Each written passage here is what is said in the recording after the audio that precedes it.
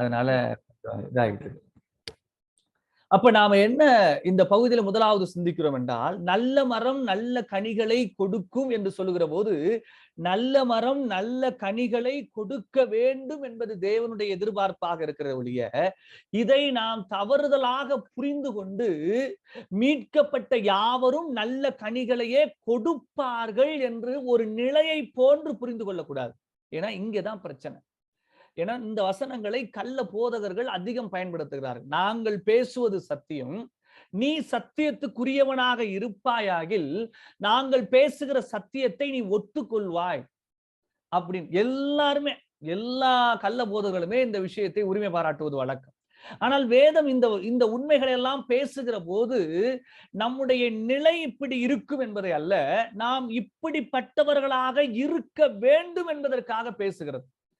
இந்த ஓமையே கூட சில நேரங்களில் தவறுதலாக புரிந்து கொண்டு நாம் மீட்கப்பட்டு விட்டோம், ஆகவே நாம் விரும்பினாலும் விரும்பாவிட்டாலும் ஆட்டோமேட்டிக்காகவே நற்கிரியை செய்வோம். ஆகவே சிலர் என்ன நினைக்கிறார்கள், ஒரு விசுவாசி பின்மாற்றம் அடைந்து வாழுகிறான் அல்லது பின்மாற்றமே அடைந்து போய்விட்டார் என்றால் அவனை பார்த்து நாம என்ன நினைக்கிறோம், அவன் உண்மையிலே ரட்சிக்கப்படல போல, ரட்சிக்கப்பட்டிருந்தால் இப்படி தாறுமாறாக அவன் வாழ மாட்டான் என்பதை போல நாம் என்ன பண்ணுகிறோம், நினைக்கிறோம். ஆனால் வேத வசனம் சொல்லுகிற போது நம்முடைய நிலையை பற்றி பேசாமல் நம்மிடத்தில் என்ன எதிர்பார்க்கிறது என்பதை பேசுகிறது. அதைத்தான் இந்த இடத்துல நம்ம பார்க்கிறோம். தேவனால் பிறந்த எவனும் பாவம் செய்யான், ஏனெனில் அவருடைய வித்து அவனுக்குள் தரித்திருக்கிறது, அவன் தேவனால் பிறந்தபடினால் பாவம் செய்ய மாட்டான். இப்ப தேவனால் பிறந்த எவனும் பாவம் செய்யான் அப்படின்னு சொல்லும் போது சிலர் நாம இந்த 3ஆம் அதிகாரம் நடத்துகிற போதே நடத்திருப்போம், பாவம் செய்து கொண்டே இருக்க மாட்டான் என்பதை போல இதை விளக்குவார்கள், அல்லது பாவத்திலே நிலைத்திருக்க மாட்டான் என்பதை போல இந்த விளக்குவது வழக்கம். ஆனால் இதை சில வேத பண்டிதர் என்ன சொல்றாங்கன்னா, இல்ல இந்த இடத்துல பாவம் செய்ய மாட்டான் அப்படிங்கறது தான் பேசுறாங்க, பாவம் செய்யான் அப்படிங்கறது தான் பேசுறாங்க அப்படின்னு சொல்லும் போது என்னன்னா, கடவுளுடைய பிள்ளை பாவம் செய்யக்கூடாது, அதுதான் கடவுள் விரும்புகிற உண்மை.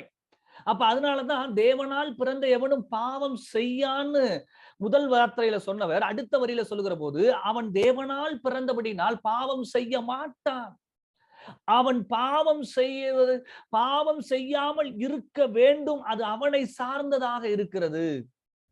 அப்ப இதையேதான் 2 கொரிந்தியர் 5ஆவது அதிகாரம் 16, 17 வாசிக்கிற போது, ஆகையால் இது முதற்கொண்டு நாங்கள் ஒருவனையும் மாம்சத்தின்படி அறியோம், நாங்கள் கிறிஸ்துவையும் மாம்சத்தின்படி அறிந்திருந்தாலும் இனி ஒருபோதும் அவரை மாம்சத்தின்படி அறியோம். இப்படி இருக்க ஒருவன் கிறிஸ்துவுக்குள் இருந்தால் புது சிருஷ்டியா இருக்கிறான், கிறிஸ்துவுக்குள் இருந்தால் புது சிருஷ்டியாய் இருக்கிறான் என்று வாசிக்கிற போது, மீட்கப்பட்ட உடனே நாம் அப்படியே ஒரு தேவ தூதர்களை போல மாறி விடுகிறோமா அப்படின்னு கேட்டா அது இல்லைன்னு நமக்கே தெரியும், ஏன்னா நாமே சாட்சிகள்.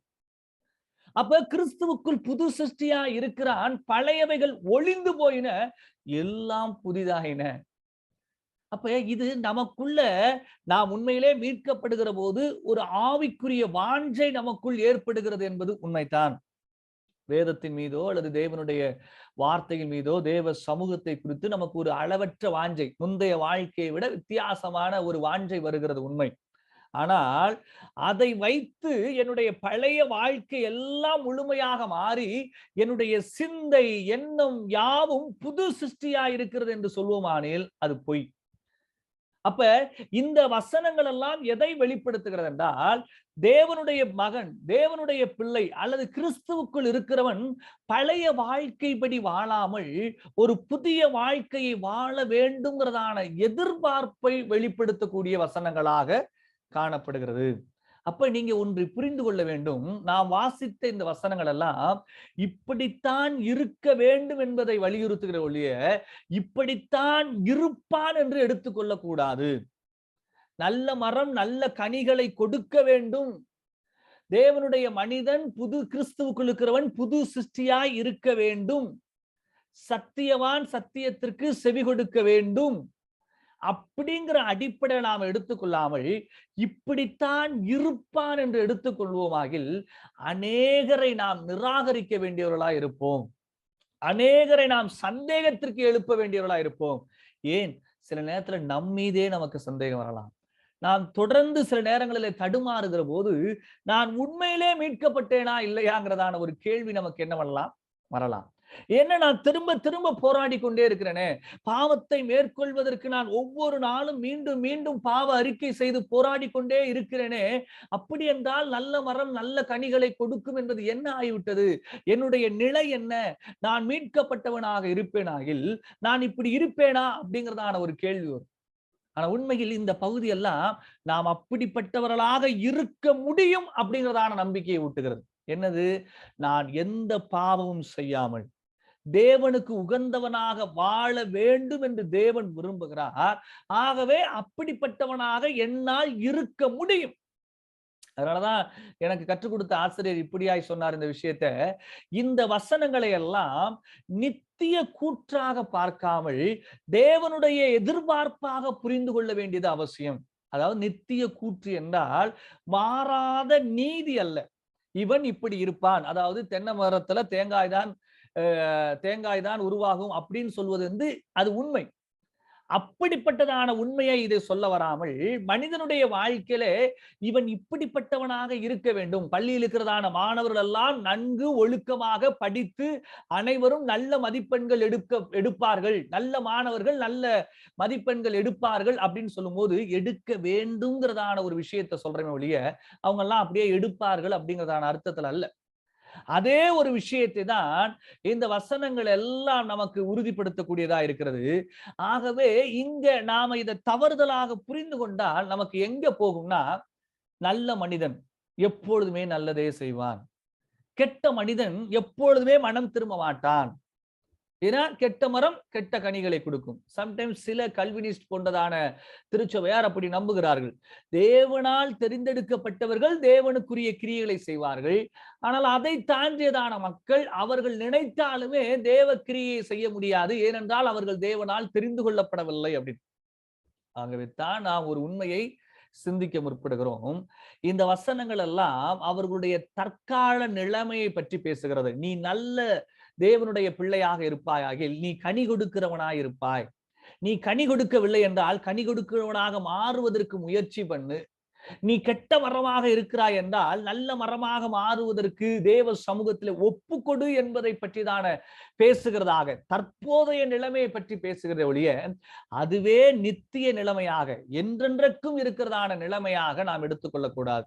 உதாரணத்திற்கு உங்களுக்கு தெரிந்த ஒரு சக விசுவாசி பின்மாற்றத்தில் இருக்கிறார் என்றால் பின்மாற்றத்தில் இருக்கிறதான மனிதனை பார்த்து நாம் என்ன சொல்ல வேண்டும்? நீ இப்படி இருக்கிறாய் என்றால் உனக்கு என்ன நடக்கும் என்று நாம் என்ன சொல்ல வேண்டும்?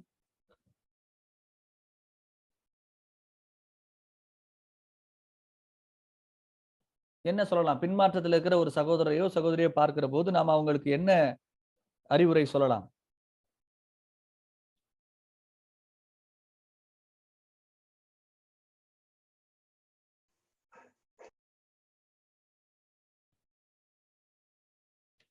சொல்லுங்க போது யாரோ வீட்டை ஆன் பண்ண மாதிரி தெரியுது.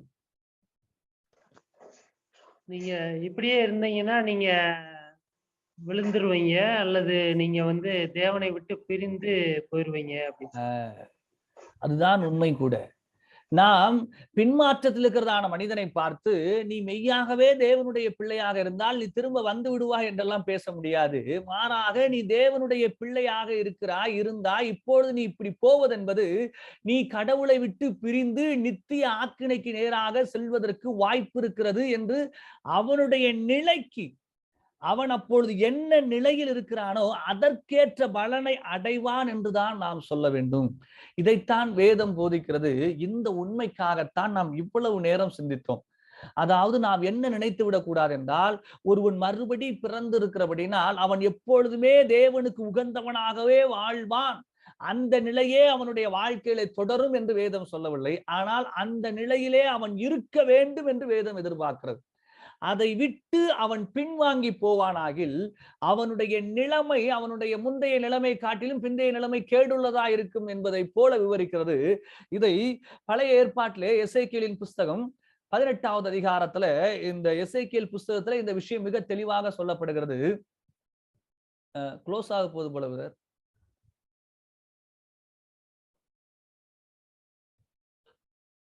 ஓகே பாப்போம். இதோ எல்லா ஆத்துமாக்களும் பேசுங்க பிரதர், பேசுங்க. ஓகே. இதோ எல்லா ஆத்துமாக்களும் என்னுடையவைகள், தகப்பனின் ஆத்துமா எப்படியோ அப்படியே மகனின் ஆத்துமாவும் என்னுடையது. பாவம் செய்கிற ஆத்துமாவே சாகும்.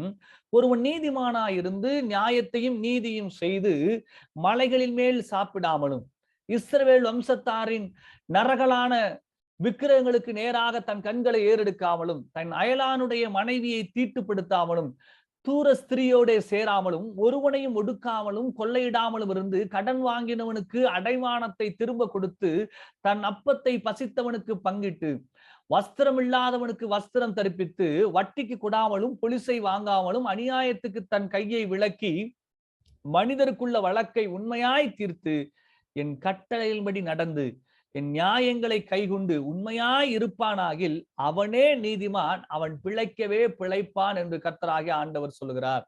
இங்க ஒரு விஷயத்தை சொல்லுகிறார், உன்னுடைய தகப்பன் நீதிமானாக இருக்கிறபடினால் நீ நீதிமானாக மாறிவிட முடியாது, மாறாக அந்த நீதியை செய்யக்கூடியவனாக இருக்க வேண்டும் என்று. இதை நாம் எல்லாருமே அறிந்த ஒரு உண்மை. ஆனால் தொடர்ந்து சொல்லுகிற போது, ஆனாலும் அவனுக்கு ஒரு குமாரன் பிறந்து அவன் கல்லனும் இரத்தம் சிந்துகிறவனும் மேற் சொல்லிய கட்டளையின்படி நடவாமல் இவைகளில் ஒன்று கொப்பானதை செய்கிறவனுமாயிருந்து மலைகளில் மேல் சாப்பிட்டு தன் அயலானுடைய மனைவியை தீட்டுப்படுத்தி இப்படி தொடர்ந்து அந்த மகன் தவறு செய்து அதுக்கடுத்து ஒரு விஷயத்தை சொல்றார். அந்த முதல் பகுதியில் அவர் என்ன சொல்கிறார் என்றால், தகப்பன் நீதிமான் என்றால் அந்த நீதி தகப்பனையே சேரும். குமாரன் துன்மார்க்கனாய் இருப்பானாகில் அந்த துன்மார்க்கம் அவனையே சாரும். தகப்பனுடைய நீதி குமாரனுக்கு எண்ணப்படாது. ஆகவே தான் நாம் நம்புகிறோம், பெற்றோர்களுடைய சாபங்கள் பிள்ளைகளை தொடர்வது கிடையாது. நம்முடைய மூதாதையர்கள் துன்மார்க்கமாய் வாழ்ந்திருந்தாலும் அந்த நாள் நாம் எந்த விதத்திலும் சபிக்கப்படுவது கிடையாது. தலைமுறை சாபம் என்பது புதிய உடன்படிக்கையிலே கிடையாது. ஈவன் புதிய உடன்படிக்கையிலே அல்ல, எசேக்கியேலிலே ஆண்டவர் பேசுகிற போதே அப்படிதான் பேசியிருக்கிறார். பழைய ஏற்பாட்டு காலத்திலே தலைமுறை சாபம் கிடையாது என்பதுதான் உண்மையும் கூட. அநேகர் யாத்திராகமத்திலே 2ஆம் 3ஆம் தலைமுறை மட்டும் உங்களை தண்டிப்பேன்கிறதான வார்த்தையை தவறுதலாக புரிந்து கொண்டு கடவுள் தலைமுறை சாபத்தை வைத்திருக்கிறார் என்பதை போல நம்புகிறார்கள். ஆனால் உண்மையில் தலைமுறை சாபம் என்பது பழைய ஏற்பாட்டிலும் சரி புதிய ஏற்பாட்டிலும் சரி கிடையாது.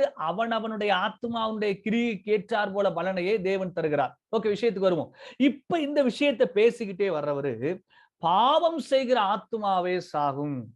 குமாரன் தகப்பனுடைய அக்கிரமத்தை சுமப்பதும் இல்லை, தகப்பன் குமாரனுடைய அக்கிரமத்தை சுமப்பதும் இல்லை. நீதிமானுடைய நீதி அவன் மேல் தான் இருக்கும், துன்மார்க்கருடைய துன்மார்க்கமும் அவன் மேல் தான் இருக்கும். துன்மார்க்கன் தான் செய்த எல்லா பாவங்களை விட்டு திரும்பி என் கட்டளையெல்லாம் கைகொண்டு நியாயத்தையும் நீதியும் செய்வானே ஆகில் அவன் பிழைக்கவே பிழைப்பான், அவன் சாகவே இல்லை. ஒரு துன்மார்க்கத்திலே வாழ்ந்து கொண்டிருக்கிறவன் மனம் திரும்பி மீண்டுமாக தேவனுடைய நீதியை செய்யக்கூடியவனாக மாறுகிறான் என்றால் அவன் பிழைக்கவே பிழைப்பான். அதே சமயத்தில் அந்த வார்த்தை சொல்லுகிறது, அவன் செய்த எல்லா மீறுதலும் நினைக்கப்படுவதில்லை, அவன் தான் செய்த நீதியிலே பிழைப்பான். துன்மார்க்கன் சாகிறது எனக்கு எவ்வளவு வேணும் பிரியமோ, அவன் தன் வழிகளை விட்டு திரும்பி பிழைப்பதல்லவோ எனக்கு பிரியம் என்று கர்த்தராகிய ஆண்டவர் சொல்லுகிறார். நீதிமான் தன் நீதியை விட்டு விலகி, இப்பொழுது நான் தேவனுடைய பிள்ளையாக தேவனை பின்பற்றி வாழுகிற நான் பின்மாற்றம் அடைந்து தேவனை மறுதலியாமல் நான் அதே சமயத்தில் தேவனுடைய நீதியை செய்யாதவனாக நான் வாழ்வேனாகில், வேதம் சொல்லுகிறது, நீதிமான் தன் நீதியை விட்டு விலகி அநீதி செய்து துன்மார்க்கன் செய்கிற சகல அருவருப்பின்படி செய்வானாகில் அவன் பிழைப்பானோ. அவன் செய்த அவனுடைய எல்லா நீதிகளும் நினைக்கப்படுவதில்லை, அவன் செய்த தன் துரோகத்திலையும் அவன் செய்த தன் பாவத்திலையும் சாவான்.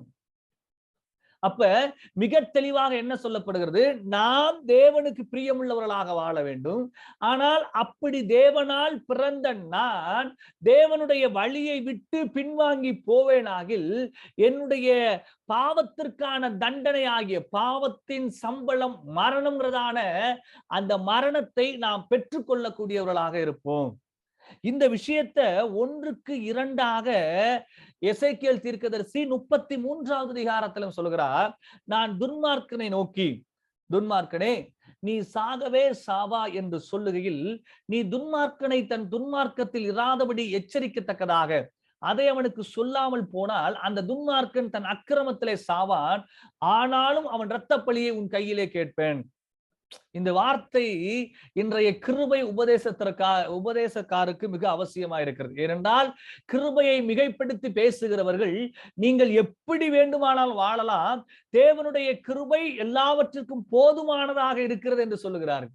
ஆனால் வேதம் சொல்லுகிறது, பாவம் செய்கிற ஆத்துமா சாகும். பாவத்தின் சம்பளம் மரணம் என்பது விசுவாசி செய்கிற பாவத்துக்கா அவிசுவாசி செய்கிற பாவத்திற்கா என்று ஒரு பெரிய விவாதமே இருக்கிறது. ஆனால் ரோமர் 6வது அதிகாரம் மீட்கப்பட்டவன் கிறிஸ்துவோடு தன்னை அடையாளப்படுத்துகிற விஷயத்தை பற்றி பேசுகிறது. மீட்கப்பட்டவன் கிறிஸ்து மரித்து உயிர்த்தெழுந்தது போல தானும் மரித்து உயிர்த்தெழுந்த நிலையை தொடர்ந்து பேசிக்கொண்டே வருகிற போதுதான் அவர் சொல்லுகிறார், நீங்கள் பாவம் செய்யாதபடிக்கு உங்களுடைய அவயங்களை நீதியின் அவயங்களாக ஒப்புக் கொடுங்கள் என்று. ஏனென்றால் பாவத்தின் சம்பளம் மரணம் என்று. அப்படி என்றால் விசுவாசி நாம் எப்படி வேண்டாலும் வாழ்ந்து விட்டு நாம் நித்திய கிருபையை பெற்றுக்கொள்வோம் என்பது துணிகரமாக இருக்கிறது. அதை போதிப்பது என்பது இன்னும் அவர்களுடைய உபதேசத்தை கேட்டு மாண்டு போகிறவருடைய அந்த ஆக்கினையும் அவர்கள் மேல் வரக்கூடியதா இருக்கிறது. தொடர்ந்து சொல்லுகிறார், துன்மார்க்கன் தன் வழியை விட்டு திரும்பும்படி நீ அவனை எச்சரித்தும் அவன் தன் வழியை விட்டு திரும்பாமல் போனால் அவன் தன் அக்கிரமத்திலே சாவான், நீயோ உன் ஆத்துமாவை தப்புவிப்பாய். மனுபுத்திரனே, நீ இஸ்ரவேல் வம்சத்தாரை நோக்கி, எங்கள் துரோகங்களும் எங்கள் பாவங்களும் எங்கள் மேல் இருக்கிறது, நாங்கள் சோர்ந்து போகிறோம், நாங்கள் பிழைப்பது எப்படி என்று நீங்கள் சொல்லுகிறீர்கள். கர்த்தராகிய ஆண்டவர் உரைக்கிறது என்னவென்றால், நான் துன்மார்க்கனுடைய மரணத்தை விரும்பாமல் துன்மார்க்கன் தன் வழியை விட்டு திரும்பி பிழைப்பதையே விரும்புகிறேன் என்று என் ஜீவனை கொண்டு சொல்லுகிறேன். ஆண்டவருடைய வார்த்தை இது அழுத்தம் கொடுப்பதற்காக என்னுடைய ஜீவனை கொண்டு சொல்லுகிறேன், துன்மார்க்கன் சாகுவதை நான் விரும்பவில்லை. உண்மையிலே இந்த உலகத்தில் இருக்கிற யாரும் கைவிடப்பட வேண்டும் என்பது தேவனுடைய சித்தம் அல்ல. எல்லாரும் மீட்கப்பட வேண்டும் என்பதுதான் தேவனுடைய சித்தமாயிருக்கிறது. ஆனால் அதை அவர்கள் மனம் திரும்பி, நான் துன்மார்க்கனுடைய மரணத்தை விரும்பாமல் துன்மார்க்கன் தன் வழியை விட்டு திரும்பி பிழைப்பதையே விரும்புகிறேன் என்று என் ஜீவனை கொண்டு சொல்லுகிறேன். இஸ்ரவேல் வம்சத்தாரே, உங்கள் பொல்லாத வழிகளை விட்டு திரும்புங்கள், திரும்புங்கள், நீங்கள் ஏன் சாக வேண்டும் என்றார் என்று அவர்களுடைய சொல்லு. அப்படி என்றால் நாம் புரிந்து கொள்கிற உண்மை என்ன? நல்ல மரம் நல்ல கனிகளை கொடுக்க வேண்டும். கிறிஸ்துவுக்குள் இருக்கிறவன் புதிய சிருஷ்டியாக இருக்க வேண்டும். தேவனால் பிறந்தவன் பாவம் செய்யாமல் இருக்க வேண்டும். சத்தியத்தை தேவனால் பிறந்தவன் சத்தியத்திற்கு செவி கொடுக்க வேண்டும்.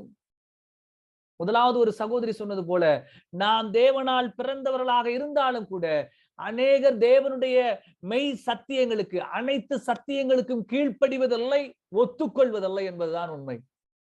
ஏனென்றால் அதற்கு நாம் பிரயாசப்பட வேண்டியிருக்கிறது. காரியங்கள் இப்படியாக இருக்கிறதா என்று ஆராய்ந்து தேவனுடைய சத்தியத்திற்கு நம்மை ஒப்பு கொடுக்க வேண்டியது அவசியமாக இருக்கிறது.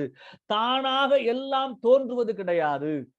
அப்ப ஒருவனுடைய நிலையை கடவுள் எப்படி பார்க்கிறார் என்றால், நீ தேவனால் பிறந்து கனிகளை கொடுக்கிறாய் என்றால் ஆண்டவர் உன்னை நல்ல கனி கொடுக்கிறதான மகனாக பார்க்கிறார். நீ இப்பொழுது கெட்ட கனிகளை கொடுக்கிறாய், ஆனால் நீ தேவனால் பிறந்து தேவனுக்கு உகந்தவனாக வாழ்ந்தாய் என்றால் இப்பொழுது உன்னுடைய நிலை என்பது துன்மார்க்க நிலையாயிருக்கிறது. அதற்கேற்ற பலனையே அடைவாய் என்று வேதம் சொல்லுகிறது. இந்த உண்மையைத்தான், ஒரு உண்மையை நீங்கள் மறந்து கொள்ளுங்க, ஒரு உண்மையை நீங்கள் நினைவுபடுத்திக் கொள்ளுங்க.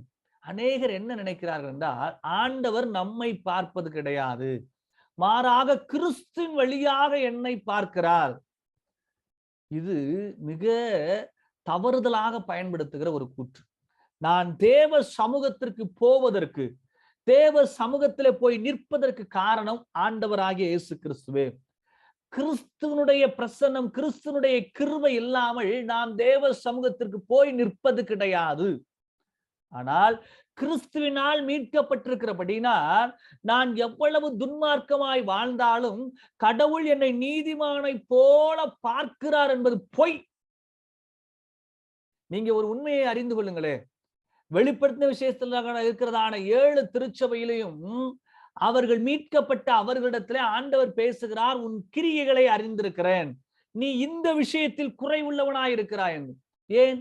அவர்கள் கிறிஸ்துவுக்குள் ஆண்டவர் எப்பொழுதும் கிறிஸ்துவின் வழியாக பார்க்கிறபடினால் நம்மை முழுமையாக நிறைவுள்ளவராகத்தானே பார்க்க வேண்டும். அது எப்படி ஆண்டவர் நம்முடைய கிரியை பார்க்கிறார்? கிறிஸ்துனுடைய கிரியை தானே பார்க்க வேண்டும். ஏன் கிறிஸ்து நம்முடைய கிரியை பார்க்கிறார்? ஏனென்றால் வேதம் அதை தெளிவுபடுத்துகிறது. நாம் கிறிஸ்துனுடைய கிரியினாலே மீட்கப்பட்டு தேவ சமூகத்துக்கு வந்திருக்கிற நான் அவருடைய கற்பனைகளின்படி கிரியை செய்ய வேண்டியது அவசியமா இருக்கிறது. அவருடைய வார்த்தைகளின்படி வாழ வேண்டியது அவசியமா இருக்கிறது. தேவன் என்னை எப்படி பார்க்கிறார் என்றால், நான் எப்படி இருக்கிறேனோ அப்படித்தான் பார்க்கிறார் ஒழிய மாறாக கிறிஸ்துவை பார்ப்பது போல என்னை பார்க்கிறார் என்பது பொய். நாம் கிறிஸ்துவினால் பாவம் மன்னிக்கப்பட்டு தேவ சமூகத்திற்கு செல்லக்கூடிய நிலையை அடைகிறோம். அதற்கு நாம் எந்த கிரியும் செய்ய முடியாது. ஆனால் அப்படி மனம் திரும்பி மீட்கப்பட்ட நாம் தேவனுக்கு விரோதமாக வாழ்கிற போது ஆண்டவர் நம்மை பார்க்கிற விதம், துன்மார்க்கனே, மரித்து போயிருக்கிறவனே, நீ மனம் திரும்பு என்பதுதான். ஒரு வசனத்தை வாசிக்கலாம். வெளிப்படுத்தின விசேஷம் 3வது அதிகாரம். வெளிப்படுத்தின விசேஷம் 3வது அதிகாரம் முதல் 2 வசனங்களை நான் வாசிக்கிறேன். சர்தை சபையின் தூதனுக்கு நீ எழுத வேண்டியது என்னவெனில், தேவனுடைய 7 ஆவிகளையும் 7 நட்சத்திரங்களையும் உடையவர் சொல்லுகிறதாவது, உன் கிரியைகளை அறிந்திருக்கிறேன். நீ உயிருள்ளவன் என்று பெயர் கொண்டிருந்தும் செத்தவனாயிருக்கிறாய். ஆண்டவர் சொல்லுகிறார், நீ உயிருள்ளவன் என்று அழைக்கப்படுகிறாய், ஆனால் நீ செத்தவனாயிருக்கிறாய். நீ விழித்து கொண்டு சாகிறதுக்கு ஏதுவாய் இருக்கிறவைகளை ஸ்திரப்படுத்து. அப்ப பின்மாற்றத்திலே இருக்கிற நபர்களை பார்த்து வேதம் சொல்லுகிற உண்மை என்னவென்றால், சாகிறதுக்கு ஏதுவாய் இருக்கிறவைகளை ஸ்திரப்படுத்து. உன் கிரியைகள் தேவனுக்கு முன் நிறைவுள்ளவைகளாக நான் காணவில்லை. நம்முடைய கிரியைகள் நிறைவுள்ளவைகளாக இருக்க வேண்டும் என்று ஆண்டவர் விரும்புகிறார். நான் சொன்னேன் அல்லவா, நாம் கனி கொடுக்கிறவர்களாக இருக்க வேண்டும் என்று தேவன் விரும்புகிறார்.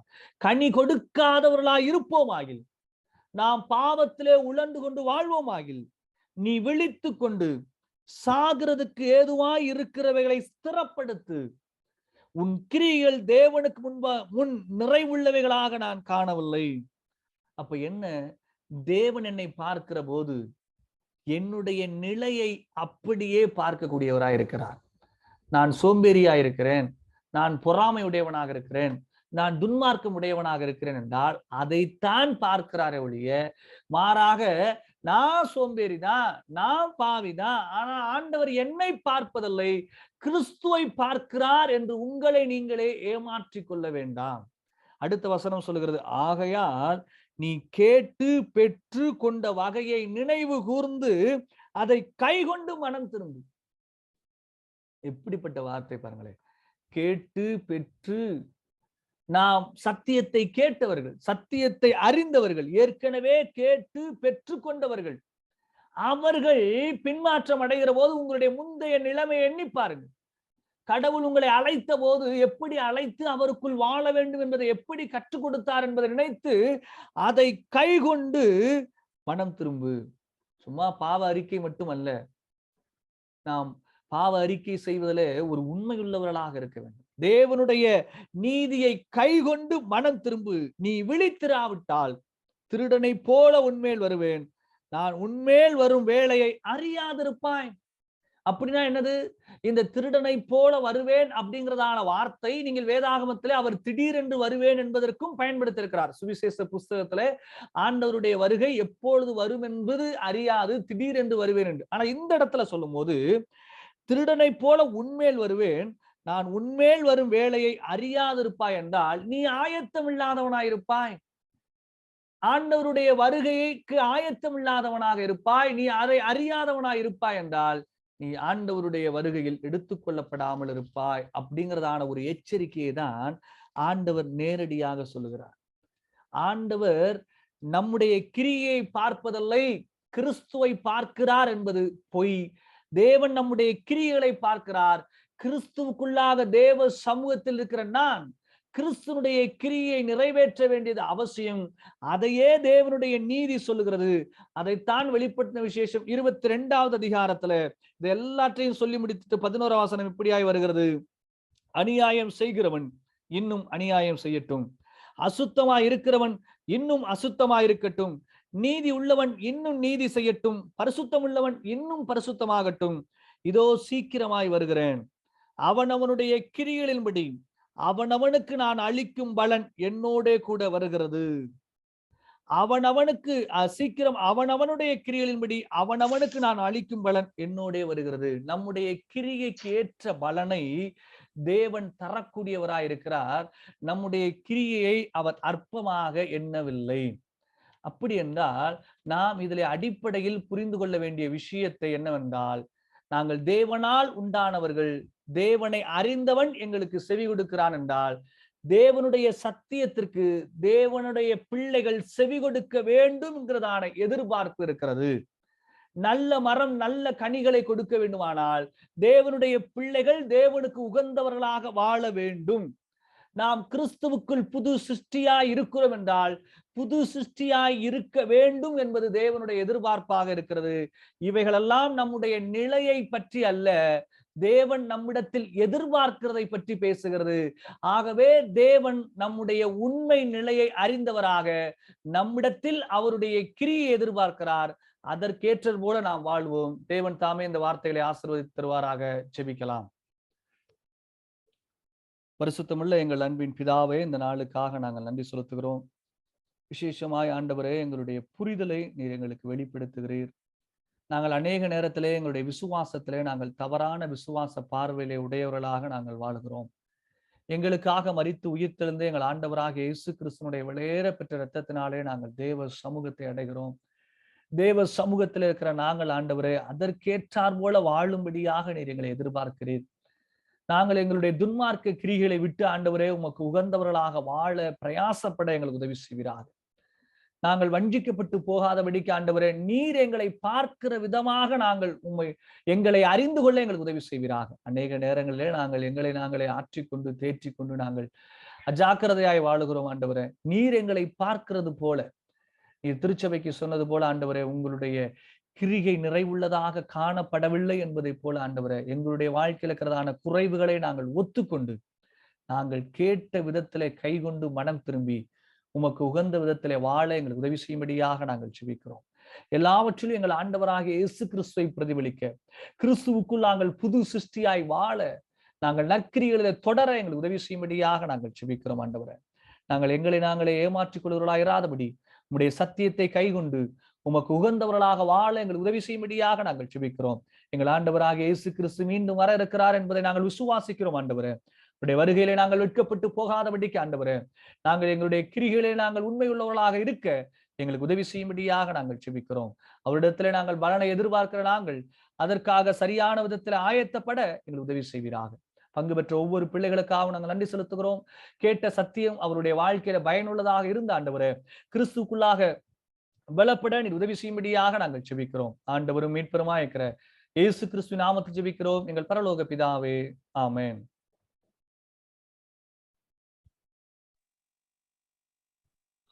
Thank you brother. பிரியமானவர்களே, இந்த நாளிலே கூடியிருக்கக்கூடிய ஒவ்வொரு பிள்ளைகள்